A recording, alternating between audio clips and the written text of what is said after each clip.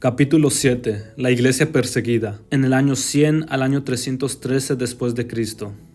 Segunda parte. Formación del canón del Nuevo Testamento. Desarrollo de la organización eclesiástica. Desarrollo de la doctrina. Mientras que el hecho sobresaliente en la historia de la iglesia en los siglos segundo y tercero fueron las persecuciones imperiales, se puede decir por otra parte que se producían grandes adelantos en la condición, organización y vida de la comunidad cristiana. Consideramos ahora algunos de estos. Ya hemos visto que los escritos del Nuevo Testamento se terminaron poco después del principio del segundo siglo, quizás en el año 110 después de Cristo. Sin embargo, el establecimiento de estos libros y solo de estos como el canón o regla de fe con autoridad divina no fue inmediato. No todos estos libros se aceptaban en todas partes como escritura inspirada. Algunos de ellos, especialmente Hebreos, Santiago, Segunda de Pedro y Apocalipsis, los aceptaron en Oriente, pero por muchos años los rechazaron en Occidente. Por otra parte, algunos libros que hoy se consideran parte de la Biblia también se aceptaban y leían en el Oriente, tales como el Pastor de Hermas, la Epístola de Bernabé, la enseñanza de los 12 apóstoles y el Apocalipsis de Pedro. Gradual y lentamente los libros del Nuevo Testamento, como hoy los tenemos, alcanzaron la prominencia de escrituras inspiradas y los demás libros poco a poco perdieron vigencia en las iglesias. Los concilios que se celebraban de tiempo en tiempo no escogían los libros para formar el canón. Más bien los concilios ratificaron la elección ya hecha por las iglesias. No puede darse ninguna fecha precisa del completo reconocimiento del Nuevo Testamento, tal como lo tenemos en la actualidad, pero no puede fijarse antes del año 300 después de Cristo. Cualquiera que lea el volumen de El Nuevo Testamento apócrifo y compare su contenido con nuestro Nuevo Testamento, verá de inmediato por qué estos libros se rechazaron finalmente del canón. Mientras vivieron los primeros apóstoles, el respeto general hacia ellos como elegidos de Cristo, fundadores de la iglesia y hombres dotados de inspiración divina, los convertían en los indiscutibles líderes y gobernantes de la iglesia, hasta donde era necesario el gobierno. Cuando Lucas escribió Hechos y Pablo escribió a los Filipenses y a Timoteo, los títulos obispos y ancianos presbíteros se aplicaron libremente a los mismos funcionarios de la iglesia. Sin embargo, 70 años después, alrededor del año 125 después de Cristo, encontramos que los obispos estaban por doquier gobernando la iglesia. Cada uno mandaba en su propia diócesis con presbíteros y diáconos bajo su autoridad. Como en el año 50 después de Cristo, el concilio de Jerusalén estaba compuesto de apóstoles y ancianos y expresaba la voz de toda la iglesia, tanto de ministros, si acaso los había, lo cual es dudoso, y de laicos. Pero durante el periodo de persecución, sin duda después del año 150 después de Cristo, solo los obispos eran los que celebraban los concilios y dictaban las leyes. La forma episcopal de gobierno llegó a ser dominante y universal. No hay historia de ese tiempo que nos diga los pasos conducentes a este cambio de organización, pero no es difícil encontrar sus causas. La pérdida de la autoridad apostólica hizo necesario elegir nuevos líderes. Los grandes fundadores de la iglesia, Pedro, Pablo, Santiago, el hermano de Jesús, y Juan, el último de los apóstoles, habían muerto sin dejar hombres de su talla que le sucedieran. Después de morir Pedro y Pablo, y durante 50 o 70 años, la historia de la iglesia está en blanco. No sabemos qué hicieron hombres como Timoteo, Tito y Apolos.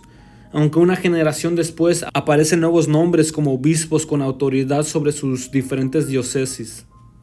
El crecimiento y el alcance que tuvo la iglesia hizo necesarias la organización y la disciplina. Mientras las iglesias se limitaban a las regiones donde podían recibir visitas ocasionales de los apóstoles, pocas autoridades hacían falta. Sin embargo, cuando la iglesia llegó a ser tan vasta y aún más que el imperio, llegando hasta Partia y las fronteras de India, abarcando muchos países y razas, se comprendió la necesidad de un líder para las diferentes secciones. La persecución, un peligro común, unificó a las iglesias y ejerció su influencia hacia la unión y el gobierno. Se comprendía la necesidad de dirección eficiente. Surgían los líderes para la ocasión, de modo que la necesidad que duró 7 generaciones hizo que la forma de gobierno fuese permanente. El nacimiento de sectas y herejías en la iglesia hizo que fuesen absolutamente necesarios algunos artículos de fe y ciertas autoridades para ponerlos en vigor.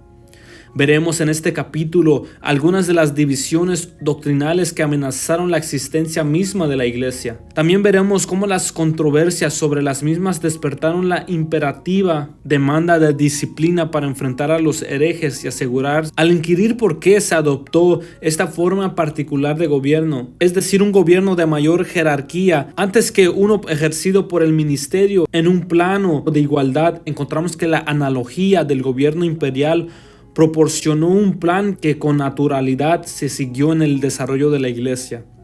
El cristianismo no se levantó en una república donde los ciudadanos escogen a los gobernantes, sino en un gobierno gobernado por autoridad. De aquí que, como hacía falta algún gobierno para la iglesia, por donde quiera surgía una forma algo autocrática, es decir, el gobierno por obispos, a lo cual la iglesia se sometía de voluntad, estando acostumbrada al mismo gobierno en el Estado. Sin embargo, es un hecho digno de notarse que durante todo el periodo que estamos considerando, ningún obispo reclamó por sí autoridad de carácter universal, autoridad sobre los obispos, como más tarde lo hizo el obispo de Roma. Otra característica distintiva de este periodo fue el desarrollo de la doctrina. En la época apostólica, la fe era del corazón, una rendición personal de la voluntad a Cristo como Rey y Señor, una vida de acuerdo con su ejemplo debido a que el Espíritu moraba internamente. Sin embargo, en el periodo que estudiamos ahora, la fe poco a poco llegó a ser mental, una fe del intelecto, una fe que creía en un sistema de doctrina riguroso e inflexible. Se enfatizaba la sana doctrina antes que la vida espiritual. Las normas del carácter cristiano eran aún elevadas y la iglesia tenía muchos santos enriquecidos por el Espíritu Santo. No obstante, la doctrina se convertía cada vez más en la prueba del cristianismo, el credo de los apóstoles. La más antigua y sencilla declaración de fe cristiana se compuso durante este periodo. Surgieron tres grandes escuelas de teología en Alejandría, en Asia Menor y en el norte de África. Estas escuelas se establecieron para instruir a los que venían de hogares paganos y habían aceptado la fe cristiana. Pero pronto se desarrollaron en centros de investigación de las doctrinas de la iglesia. Grandes maestros estaban asociados con estas escuelas. La escuela en Alejandría se fundó como en el año 180 después de Cristo por Panteno, ex filósofo estoico. Pero como cristiano era eminente por el fervor de su espíritu y la elocuencia en la enseñanza oral. Solo breves fragmentos de sus escritos sobrevivieron. Le sucedió Clemente de Alejandría, el año 150 al año 215 después de Cristo aproximadamente. Varios de sus libros, casi todos en defensa del cristianismo contra el paganismo, aún existen.